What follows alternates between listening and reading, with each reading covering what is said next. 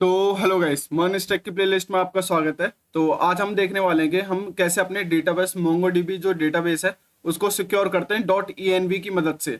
तो देखो dot E क्या होता है और कैसे वर्क करता है, तो आज हम इस वीडियो में देखने वाले हैं। तो चलिए शुरू करते हैं बिना किसी देरी के।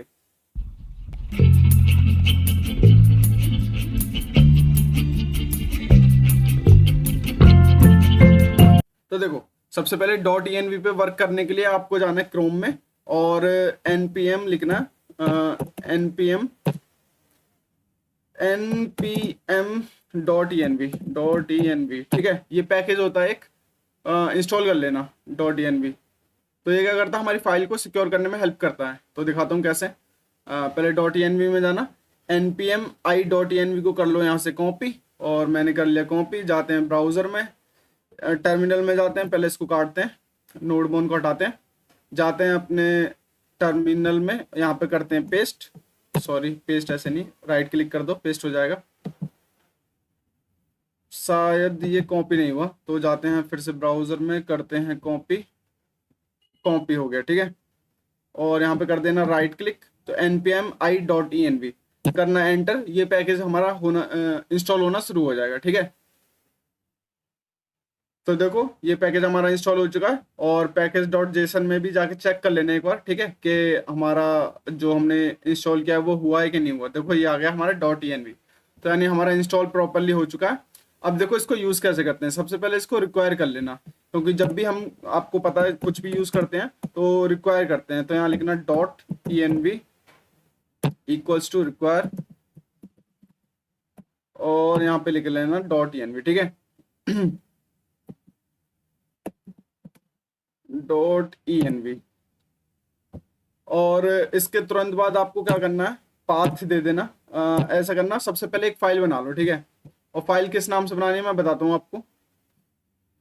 फाइल बना लो डॉट env नाम से। तो ये बनती है हमेशा कॉन्फिग, लेकिन कॉन्फिग डॉट env, इसी नाम से हमेशा फाइल बनेगी। इस चीज़ का जरूर ध्यान रखना। और env बनाते ही आपका ये गेयर का साइन आ जाएगा, ठीक है। डॉट env फाइल ये हमारे पास बन गई कॉन्फिग डॉट env फाइल। अब आपको देखो सिक्योर किसको करना है। ये जो डेटाबेस का ये है ना हमारा की है, जो इसको हमें सिक्योर करना है। हम नहीं चाहते भाई जो यूजर हमारा, मतलब जो वीडियो देख रहा है या फिर कोई यूजर है, वो इसको यूज करे, ठीक है। तो उस चीज से बचने के लिए क्या करेंगे, हम इसको उसमें डॉट env अपनी फाइल में रख देंगे। तो डॉट env हमारी इस, मतलब जो भी चीज हम लिखते हैं उसको सिक्योर करने में हेल्प करता है।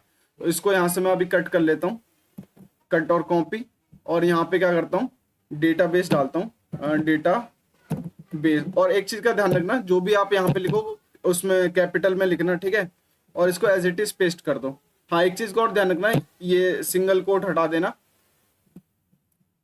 ये जो सिंगल कोट है इनको हटा देना, वरना एरर थ्रो करेगा ये, ठीक है। डेटाबेस के अंदर ये पूरी जो की थी ये मैं यहाँ पे डाल रहा हूँ, इसको कर देता हूँ सेव, और जाता हूँ app.js के अंदर। और एक चीज और मैं सेव करता हूँ, ये पोर्ट, ठीक है। ये भी यहाँ से मैं हटा लेता हूँ। पोर्ट को भी हमने दिखाना कि कौन सा पोर्ट यूज कर रहे हैं हम, और पोर्ट को सबसे टॉप पे रखना है, इस चीज का जरूर ध्यान रखना, ठीक है। पोर्ट इक्वल्स टू, यहाँ कर देते हैं पेस्ट, ठीक है, करते हैं सेव। अब देखो यहाँ पे हमने पेस्ट कर दिए, अब हम इनको यूज कैसे करें, फिर वहां पे हमने पेस्ट कर दिए। तो उसके लिए सबसे पहले हमें इसको पाथ देना होगा। तो पाथ कैसे देते हैं, लिखना पड़ेगा dot env dot env dot dot env dot config, ठीक है। कॉन्फिग, इसके अंदर हम पास करना होता है हमारा पाथ। तो पाथ हमारा हो जाएगा, पाथ हमें dot slash config dot env, ये वाला पाथ हमें सिलेक्ट कर देना, ठीक है। अब देखो डॉट env डॉट कॉन्फिग क्या करता है, ये पाथ में ले जाता है कि इस पाथ से हम जो भी फाइल उठाने हैं हम आ जाए, ठीक है।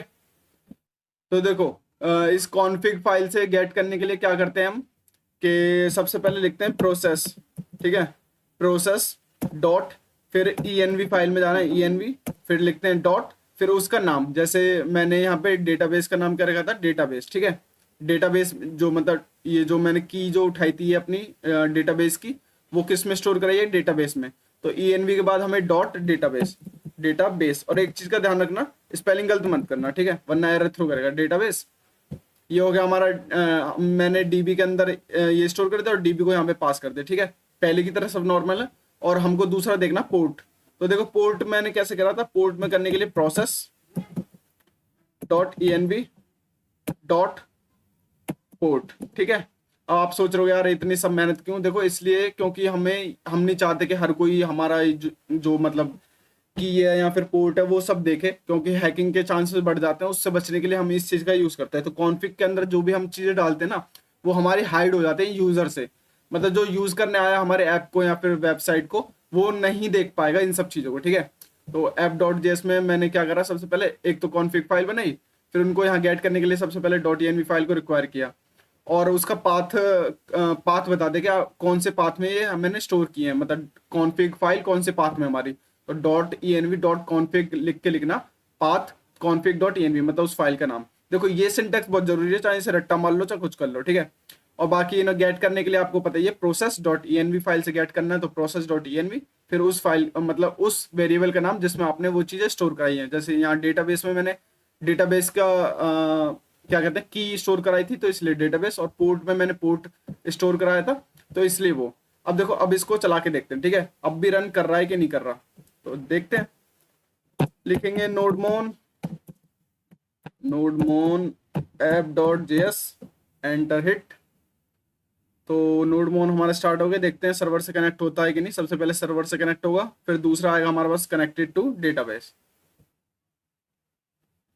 तो सर्वर से तो कनेक्ट हो चुका, सर्वर इज कनेक्टेड, यानी हमारा पहली चीज तो ठीक चल रही है, यानी पोर्ट हमारा ठीक चल गया। process.env.port लगाया था मैंने, ये यानी ये तो हमारा सही चल गया। अब देखते हैं डेटाबेस। अब देखो ये हो गया कनेक्टेड टू डेटाबेस, यानी डेटाबेस से भी कनेक्ट हो चुका है, तो हमारा ये भी सही चल गया, process.env.database, ठीक है।